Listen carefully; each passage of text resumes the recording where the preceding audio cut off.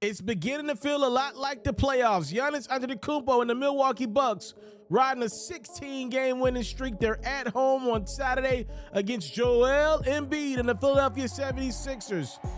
Harden knocks in a three to kick this highlight off. How about Chris Middleton up top to Giannis for the throwdown? And then you can never forget about that big fella. His name is Joel Embiid. Embiid would get blocked, though, in the second quarter. Defense leading the offense. You got to reward your big fella for playing hard. Brook Lopez got the block on Giannis, and he gets the three to roll. Milwaukee up by 5. 75 seconds to go before the half. It's Drew Holiday. 59-53, Milwaukee led as we took a break. Third quarter, Tyrese Maxey. Corner shot. Bang. Sixers cut their deficit in half. The Bucks in the third quarter will get some phenomenal guard play. How about Drew Holiday knocking in the three? And from there, Grayson Allen said, "May I have this dance?" The quarter of his career, Allen could not miss. It's Grayson pulling up again and knocking in a three. Allen's like, "Don't mind if I do a 20-point quarter." The only guy to do that in Milwaukee this year was a guy named Giannis. But how about Philadelphia? Tobias Harris will get hurt in this game. Also, PJ Tucker will leave this game. But Embiid and Harden make no excuses. Down 14, they help bring their team back. We're tied at 108 midway through the fourth. It's the Greek Freak bulldozing his way in. He had 34 points. Now Holiday again rattles home a three. But look at this response once again from Philadelphia. Harden had 38 points. He also had 10 assists. No dime bigger than this one with 41 seconds to go. It's Embiid knocking in a three, and the Sixers take the 2-point lead. And guess what? Embiid will play some good defense on Giannis on the other end, and it's Philadelphia ending the Bucks' 16-game winning streak. How about on the road is the Sixers trying to claw themselves back into a potential 2 seed, 1 seed? They take care of business with a huge 133-130 win over the Bucks.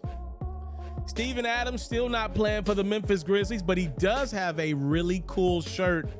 Memphis was hosting a very shorthanded Los Angeles Clippers team. Obviously no Paul George, but no Kawhi either. Memphis rarely loses at home, and early on it looked like they wasn't going to lose to the Los Angeles Clippers. You saw Ja Morant go get the alley. Then you see Ja with the Euro step, and now you see Ja with the pass to Dillon Brooks, who knocked in the three. Probably Dillon's best offensive game of the year coming. But so was Russell Westbrook. He had his best game of the season. Brody enjoying the time being able to go back to Oklahoma City. Westbrook, he was cooking Memphis. And this one, Brody going glass. Unconscious from the three-point line is Westbrook. 5 of 5 from three-pointers was Westbrook. He was 0 for 1 on getting the fan ejected, though. Apparently, the fan called Russ Westbrook. Security would take the fan to the back. Then they let him come back out and get in his seat again. Westbrook and the Clippers, though, will start to make some errors to the Memphis Grizzlies as Ja Morant goes and gets the jam, posterizing Robert Covington. Third quarter, back to the Brody show, though. This man was unconscious from the three-point line. Look, the game plan says leave him open. If he's going to make that shot, it's one of the greatest athletes of all time in Brody. Memphis puts up 41 points in the third quarter. Ja for 3. Dillon Brooks had 30. And then Morant beats the third quarter buzzer just like that. We're tied at 105 as we enter the fourth. Speaking of the fourth, Rocco gets some revenge. I went to TSU. You gonna dunk on me, Ja? You gonna dunk on me? Russ and Rocco take over, and the Clippers coming to Memphis. Few teams have done this all year, and they get a huge win. Covington, 7 of 7 from the three-point line. He had 27. Russ had a season high, 36 points, 10 assists, 4 rebounds. I told y'all he went right back to OKC Westbrook. The Clippers beat the Grizzlies 141-132. Lauri Markkanen and the Utah Jazz, by the way, the host of this year's All-Star game, got Kyrie Irving, who will be an All-Star, and the Brooklyn Nets in town. Remember, still no Kevin Durant. But boy, did you get a healthy dose of Kyrie Irving in this one. He knocks down the three. How about former Jazz Royce O'Neal returning to Utah, knocking down the trifecta? I got news for you, Royce. I don't think they missed you that much in Salt Lake City. They got a new guy in the mix. His name is Larry Marketing, and he's about to be an all-star really soon. Jordan Clarkson with the grown man deuce. Tight game here. It's Irving spinning on that baseline in a second. The biggest compliment I can give you about Kyrie Irving is you never see him do the same move twice in a basketball game. That's the best compliment I got. He is so great. Marketing on the other end, his trifecta right before the half puts Utah out in front. Third quarter, Ben Simmons trying to rip Clarkson. He fails, and Clarkson makes Ben pay for it. Clarkson had 29 points. This highlight, though, is about to be hijacked by Kyrie Irving, who had himself a fourth quarter. I mean, just knocking down threes from literally everywhere on the basketball court. Irving, 21 fourth quarter points. He puts the Nets up by 7.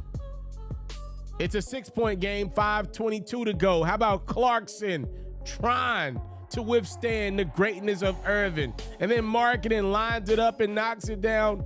He had 22. It's a 2-point game when Clarkson decides to use his left to tie this affair up at 102. But when it's winning time, the difference in this basketball game was one team had Kyrie Irving, the other did not. Irving icing Utah with threes after three. That three-pointer about the same spot he won a championship for Cleveland with. It's 48 points, a season high for Kyrie. It's the Brooklyn Nets getting the 11-point win, snapping their 4-game losing streak. You talk about a game with twists and turns. Trae Young and the Atlanta Hawks are on the West Coast to take on Klay Thompson and the Warriors, who are still waiting on the return of Steph Curry. But while they wait, they got this guy named Klay who is, let's just say he's starting to remind us of the old Klay Thompson. He was on fire early as the Warriors take a 10-point lead. Steph's like, that guy looks familiar. Jordan Poole knows who to get the rock to. He's been hot of late as well, by the way. But right there, Poole dishes to Klay. The Warriors led it by 17 at the half. In the third, Atlanta makes some noise. Their major guys got the going. John Collins throws down the jam. Then DeJounte Murray in the lane.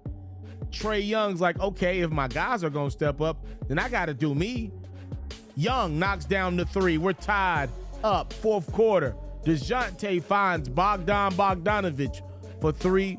And if your game is that nice, you probably should do it twice. Bogdanovich, another three. Atlanta's up 4 late in the fourth. Warriors are not done yet, though. It's Poole coasting for the deuce. And then Klay Thompson knocks down one of his 10 three-pointers. Warriors are still down 3, though, in the closing seconds. Klay's going to actually miss a 3. Poole's going to get blocked. DiVincenzo's got a chance to tie this game up at the buzzer, and he does just that. Look at this one again. Atlanta that close to a win. DiVincenzo pulls a Steph Curry and ties this game up at 121. We would go to overtime in the extra period. Atlanta up by 5. Klay Thompson changes things inside and outside. Warriors right back in this one. It's a 1-point game. Look at Thompson again, knocking down the 3. That one puts the Warriors up by 2. Trae Young would make 2 free throws at the line. So we got a tie game with 8 seconds to go in overtime. Warriors put the ball in the hands of Poole. I really like that, by the way. But how about the big play from Trae getting the block? And we would go to double OT. In double OT, it's Thompson tying this game up at 136. Draymond turning into his old self with a 3. Klay, by the way, had 54 points in this game. The Warriors are up by 2. Atlanta's still got fight in them in all this free basketball. Trae Young had 30 points. No timeouts for GSW. A 141 all basketball game. The Warriors go to Clay. No. Looney double tipping is good. And just like that at the buzzer, it's Golden State walking off to win a wild one. 2 overtimes is what it takes for your reigning NBA champs to get it done. 143 to 141. The Warriors improved to 20-18 on the season. The struggling Hawks fall to 17-20 on the season. An absolute bummer of a loss in an absolutely great game. Damian Lillard celebrated for his 3-point contest victory right before the Rockets-Blazers game. And I guess Damian Lillard wanted you to know that he's more than just a 3-point contest winner. He can shoot that thing in game with the best of them. Damian Lillard had himself a game. More on him in a second. First off, Alperen Sengun up top to KJ Martin for the jam. Any other day, we would talk about that poster dunk more, but who cares? Damian Lillard was going off. Lillard knocking down threes at an unreal clip in the first half against the Rockets. Now Lillard attacking the rim and scoring. Back to the 3-point line we go, because Dame got a cannon for show. And then this time around, it's Lillard from the logo. Oh, no.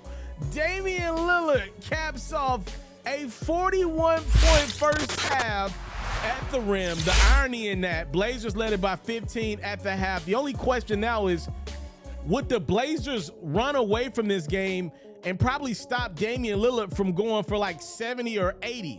Lillard already at 50 points with that bucket, so he cooled down a little bit, just 9 points in the third. But guess what? The Rockets make a run in this game. How about Eason with the bucket inside? And then Jason Tate scoring. Another bucket from Eason, crashing the boards and scoring. It's a 5-point game in the fourth, which means Damian Lillard gets to score some more.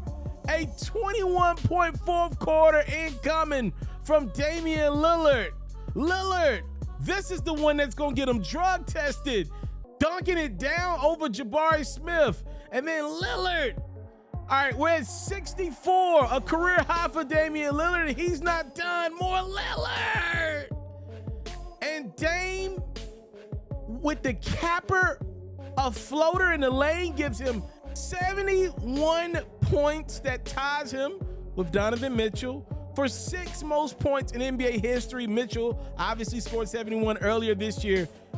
An unreal performance from an unreal 3-point sniper, Damian Lillard.